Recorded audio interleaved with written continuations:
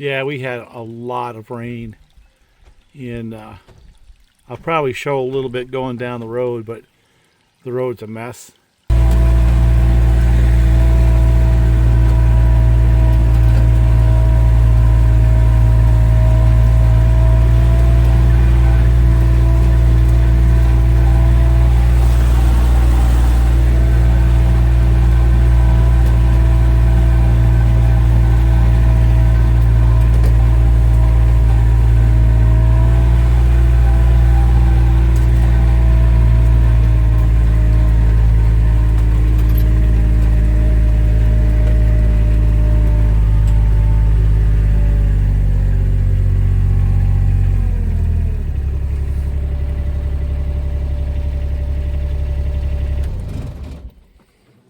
I think this is a good place to come back to because of all the places in the woods.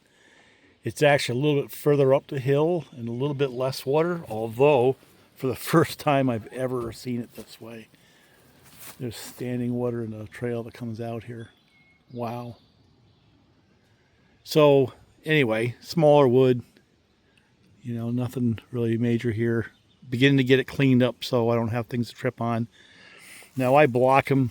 My son will split what I can't do for myself, and if he can't do it, then I'm going to take the big holes for him. And it's right now my favorite noodling saw. But because it can, it doesn't seem to bother it. Doesn't get hot, nothing. It just sort of goes through it. And what I'm going to do is try not to finish this particular top off. And the reason is it's a great place to come back and sort of check out a saw. I got this set of tops right here, and I've got one over there that I can kind of stretch it out while I'm off doing other things. I have to start felling again as soon as the water lets me. I can come back here and run a small saw, a medium saw, even a big saw. It's sort of a playground is what this is. And this is a Makita. And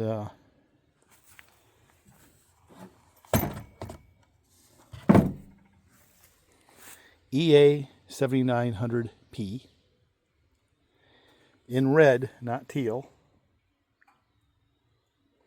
And that kind of keeps it in line with the saw that it was basically derived from, and that was the Dolmar 7900. Because Makita eventually ate up Dolmar and then promptly spit them out when they decided they want to go all battery. So, but because of that, how I'm going to deal with a saw is going to be a little bit different than, say, that one or that one over there. And the reason is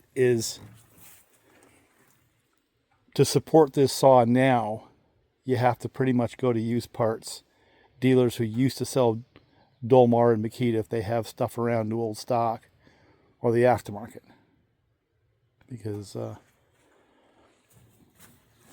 it'll be hard to find these new anymore. Which is the other reason why it's not going to be used as a full production saw. It's going to be kept nice, and it'll be brought out to play once in a while with friends. And I may run it alongside my 562 bling saw, the one with the full wrap handle. But you see, that one there is very close to being a work saw.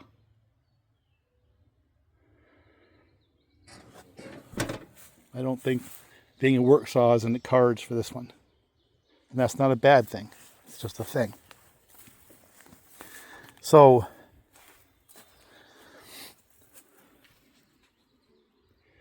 I think what I'm going to do is, until I can get a bar that has a Makita brand or a Dolmar brand on it, it's going to get a brand new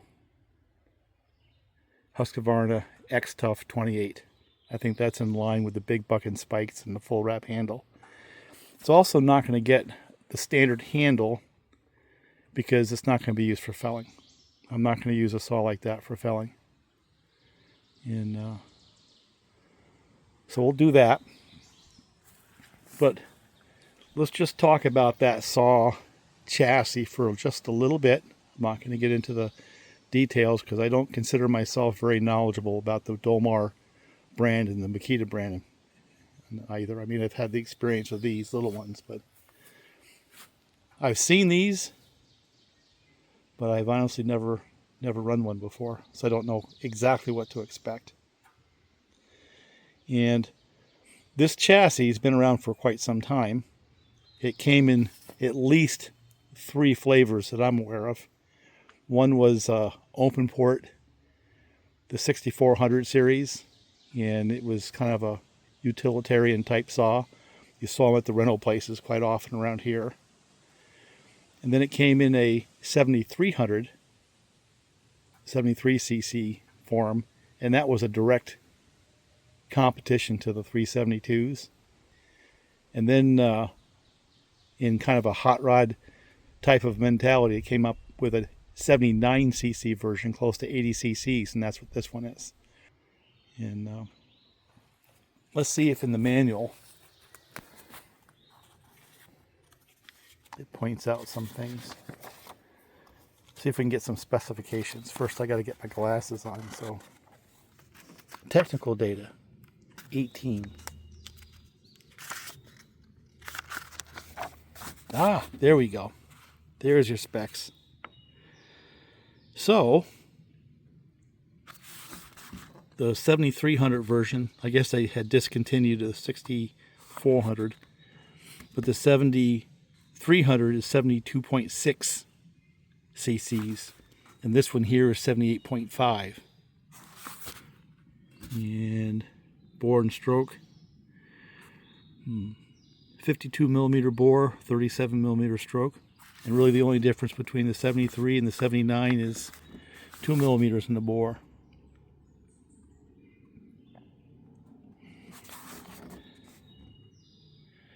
I'm assuming what that is no load at 12.8.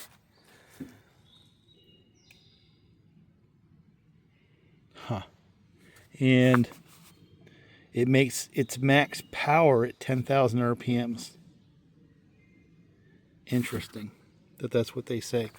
But you know, that brings up a point. I always love it when guys will talk about things like that. Hey, put an unlimited ignition on there. Well, what do you really buy if you do that? If you're going to be cutting 10 to 12,000 RPMs and you take a ignition that was rev limited to say 13,000 up to 13.5, or the black ones on the Huskies, you don't really buy anything except for the ability to no load tune them a little bit higher in the RPM and impress your friends. As long as that ignition can fire in the max power band of a saw, that's all you really need. Anything else is just bling. Spark plug gap 20 thousandths. NGK, BPR, BPMR 7A. It's got a Zama carburetor. Interesting. So, weight, fuel tank empty without bar and chain, it says 14.7. Well, that's about the same as a 372X torque. But I can tell you by lifting it, it doesn't feel that heavy. So, but 14.7, if that's in pounds, it is. That's definitely 572 territory and 372X torque territory. The original edition 372 was down in the 13 and a half pound range. But what I can tell you is there's a fair amount of magnesium in that saw. I like that. So we'll figure out what it has for anti-vibe, but I've seen a couple of things. My instinct tells me there's something here. Of course, it has that spring, and it's got another one down here and another one over here. So I'm going to assume, without knowing, that underneath this cover there's probably something else. And I'm not going to take it off and look, it doesn't matter. But here's the thing I find interesting. Those saws have always been priced competitively. And in this day and age, there's a big push towards spec sheets. You know, you want a saw because it's lighter and bigger and faster, power to weight ratio. Dolmar, in my mind, was the original factory hot rod. I remember when they came out with the 5100s, they were screamers. Now you can argue that the 372 was as well. It was kind of a game changer. But when they put a 79cc top end on a chassis, it was roughly the same weight and size. You know, they did that long before Steel came out with a 462 or a 500i. They were a little ahead of their time in my mind in that concept. But you know, they never really took off in the marketplace. And I'm not sure I understand exactly why. I imagine after we live with it for a while, we might figure it out.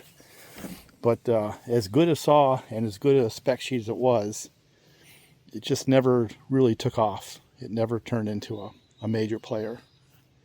You know, it had a sort of a flash and then it kind of died away. And when Makita bought them, it was done basically in terms of a major saw manufacturer in my mind. Went back to Husky and Steel, and Bob used to give me this crap all the time. I used to like the idea of the Solos, which were a similar saw, by the way. And he said, as good as they are, they're not going to go anywhere. They just don't have the marketing, they don't have the name, they don't have the dealer network, and he was right. And that might be part of what happened with Dolmar, although I know they had some excellent dealers, especially here in New York State. They had wonderful dealer support. So I really don't know why. I mean, they were a good saw, but I know early on with the 7900 there was a kind of a scandal about the air filters. You know, dusty conditions, they had issues. But other than that, I really, you know, haven't really heard of systemic issues with the basic design. I was always under the impression it was a solid design. You know what I'm saying? Which again brings the point that if life in the saw community was just about a spec sheet, well, this thing would have come to the top a long time ago, but it never did. Life with the saw. That's really what I'm about more than anything else. It does come with some tools. T27. I'm not sure if that is anything more than just a handle. Tuning screwdriver. And this offset screwdriver, which I'm assuming has to do with the chain adjust, would make sense. Give you clearance around that. Scrunch. And notice the scrunch is short enough that it fits quite easily inside the full wrap. So the full wrap is not a hindrance to this at all. So let's pull off the side cover. Now, as compared to Husqvarna, the later versions, same size bar nut, but it's not captured. It's a conventional cover.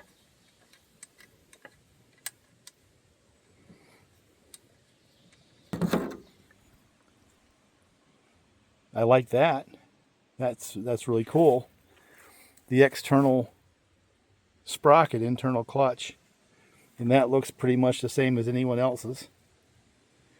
And the same as the guide plate. Chain adjust in the side cover. And it's in the same location as like a 562. Side cover is made of magnesium. And that's a stamped steel buck and spike.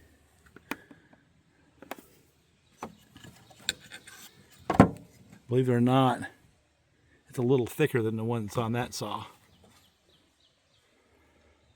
So let me put the camera down again.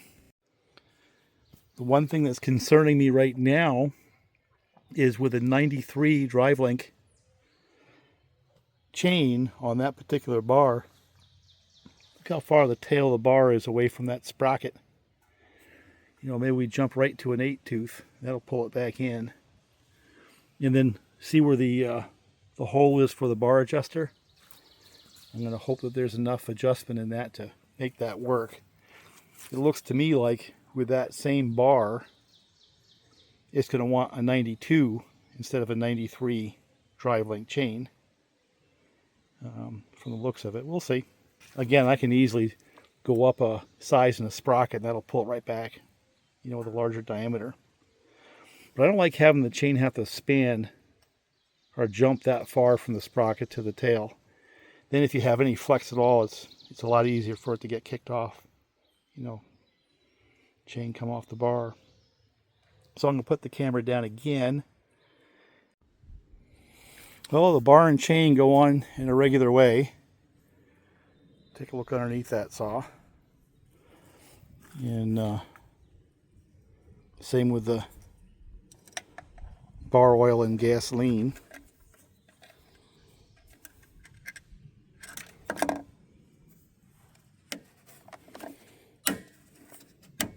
That'll be backwards.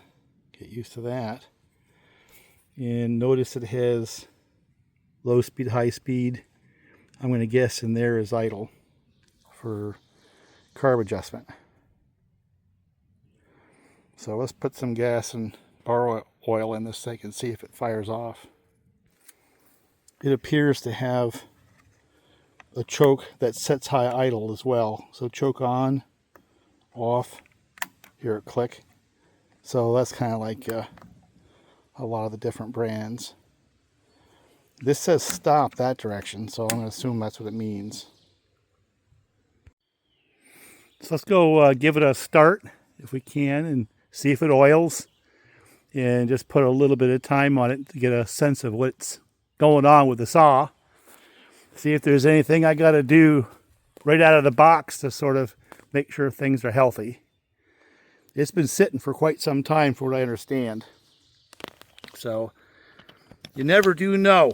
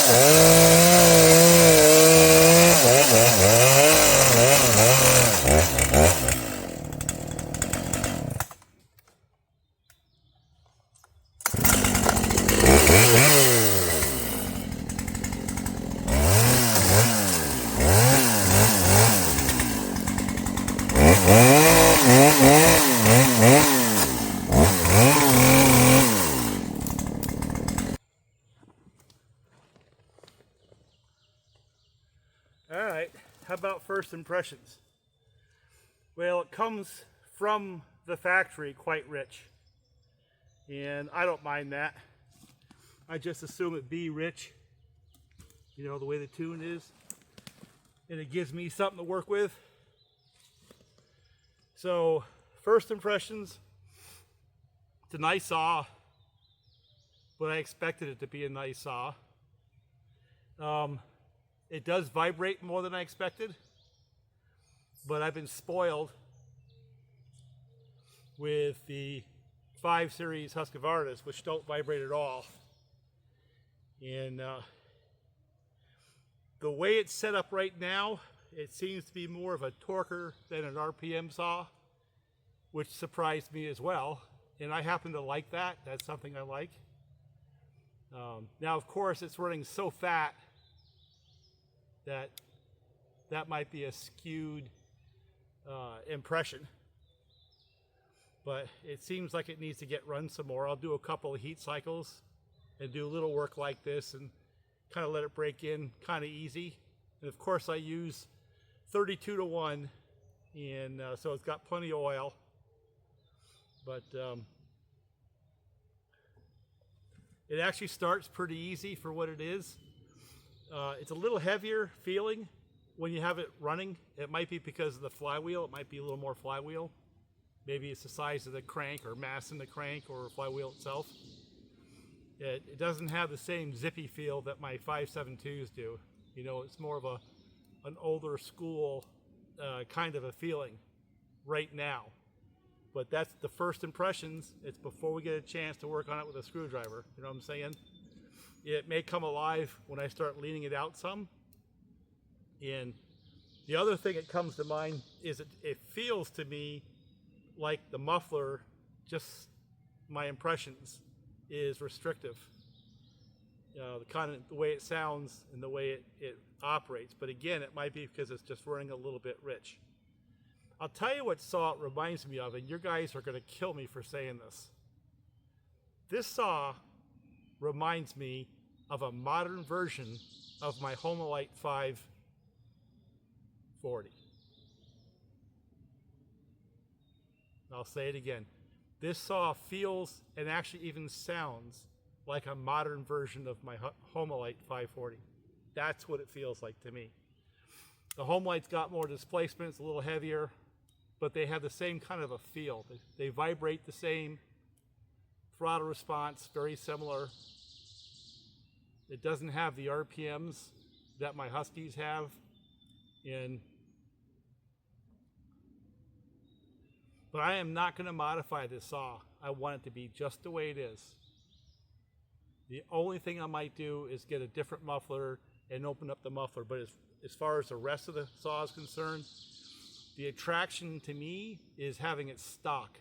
And, you know, I'll make sure things are tight and stuff like that, but I want this saw to be what it is, the way it was designed, and the way 90% of the people who would take it out of the box would run it.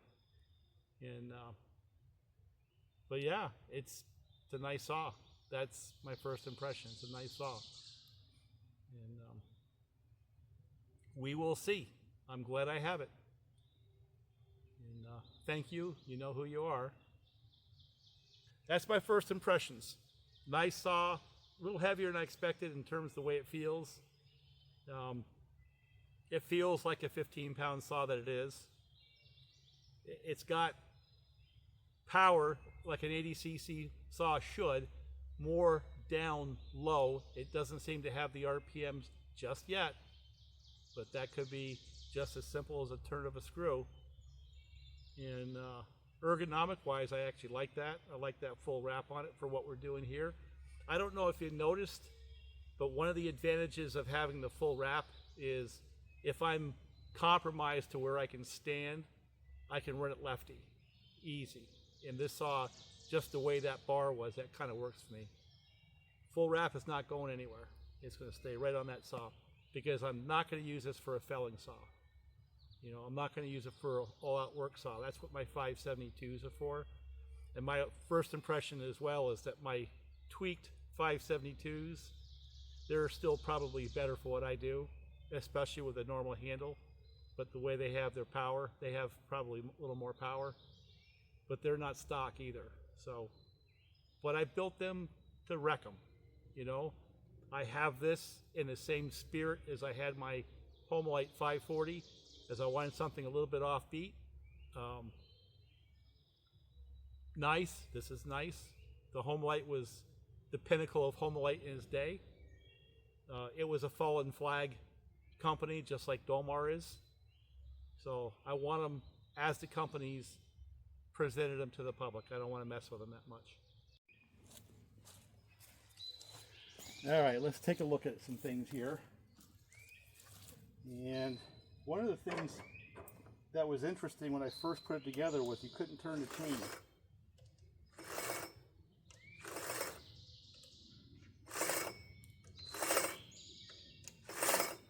Still a little notchy. So my fear was that the oil pump was seized up in it. That was my fear. So what I want to do right now, by the way, the chain did not stretch at all. And there is oil in the chain. So either it's dripping on there or it's getting pumped on there. We're going to find out. And I'm going to wonder whether or not that oil pump was either stuck or it just needed to get run a little bit. In the way it felt, you know. We are going to find out in just a second here. The other thing I saw was I need to grease or lubricate the bar adjuster screw some. It was really stiff. So this guy right here, yeah, it's really stiff. I'm going to have to do something with that.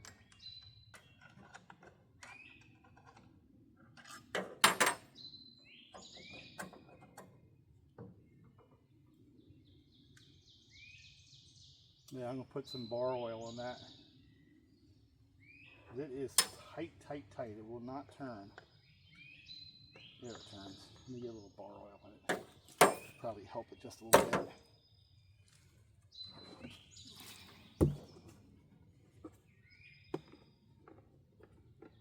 What I'm going to probably end up doing is taking it apart and greasing it.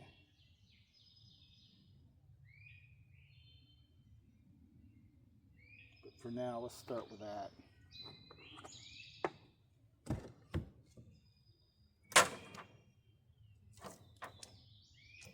Yeah, no, it was getting oil. There's no doubt that this saw is oiling. There's oil everywhere.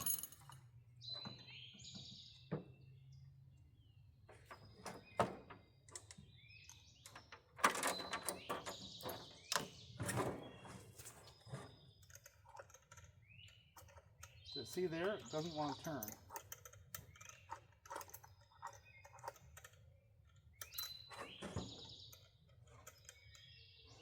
Boy, if I didn't know any better, that drum is way out of round. That might be its problem right there. But first of all, let me just fire it off and see if it's oiling good. I may have to get a different drum.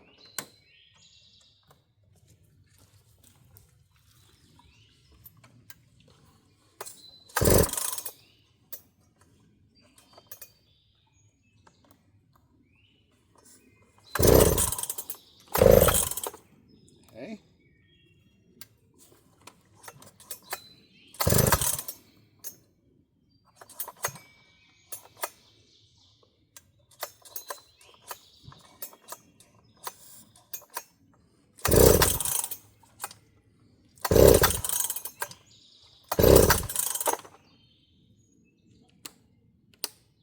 I don't want to start.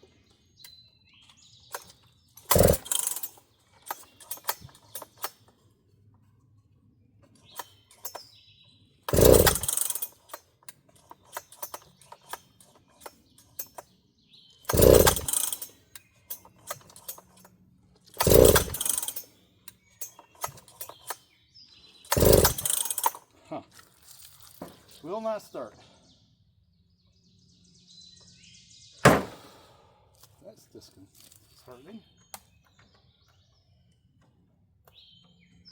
Give some choke, maybe. Shouldn't need choke at this point.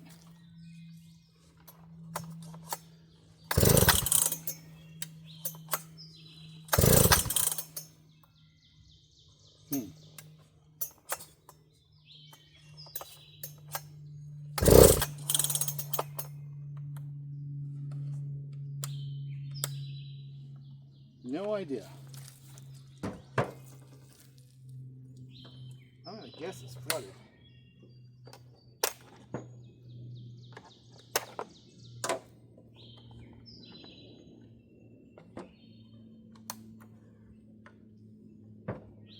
It's an interesting air filter.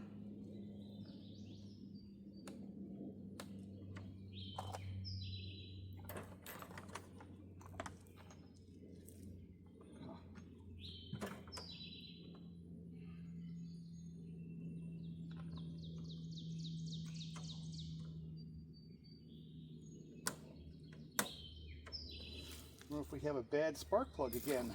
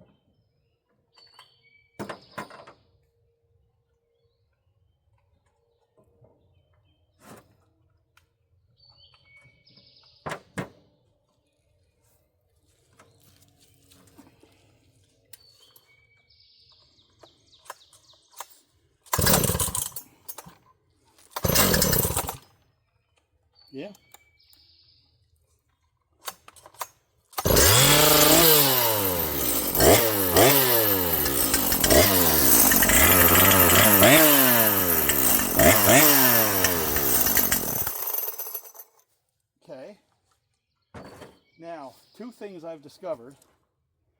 That plug failed. That's obvious. And the brand is supposedly an NGK.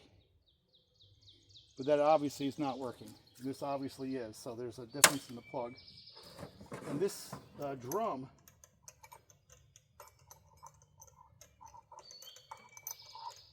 is way out of round. No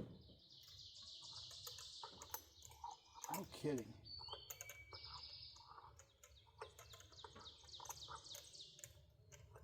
So I'm going to run it, but it catches.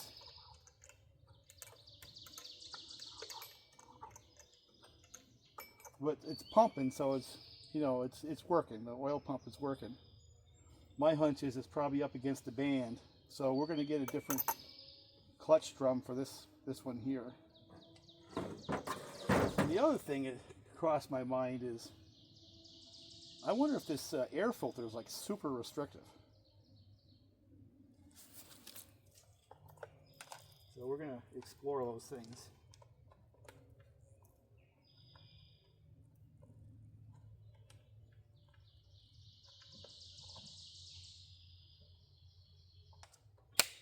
Boy, you better hope that doesn't pop off, you know? All right, let me see if it'll start.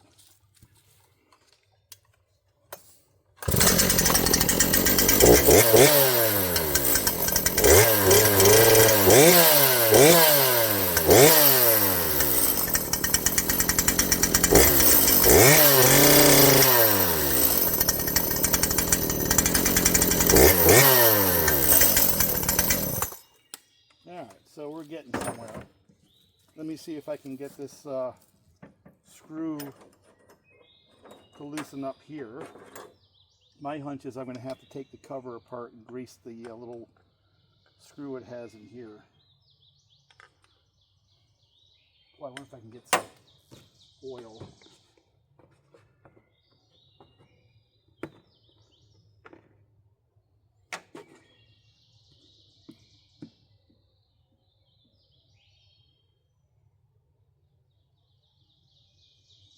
Got a hole there. I wonder if that actually gets all the way into the screw area.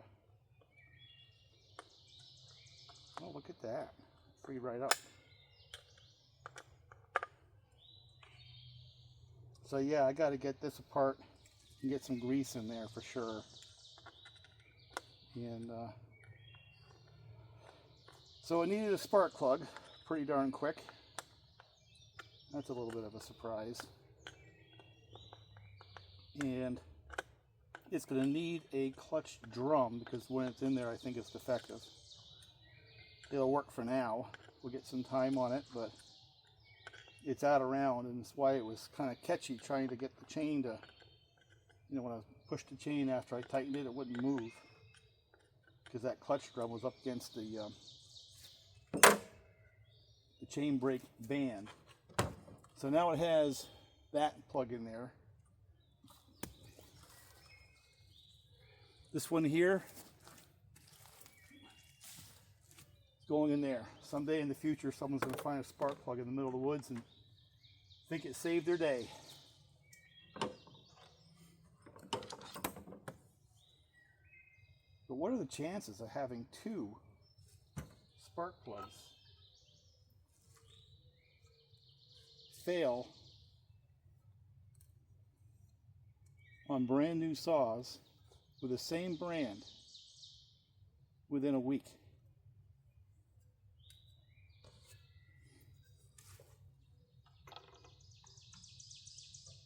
Tells me there's a problem with the spark plug. Or those two spark plugs were sourced from the same place in China, and even though it has the NGK label, it may not be a true NGK, which doesn't make any sense to me at all. But that spark plug, that shouldn't happen. Should not happen. Alright, let's get this back on.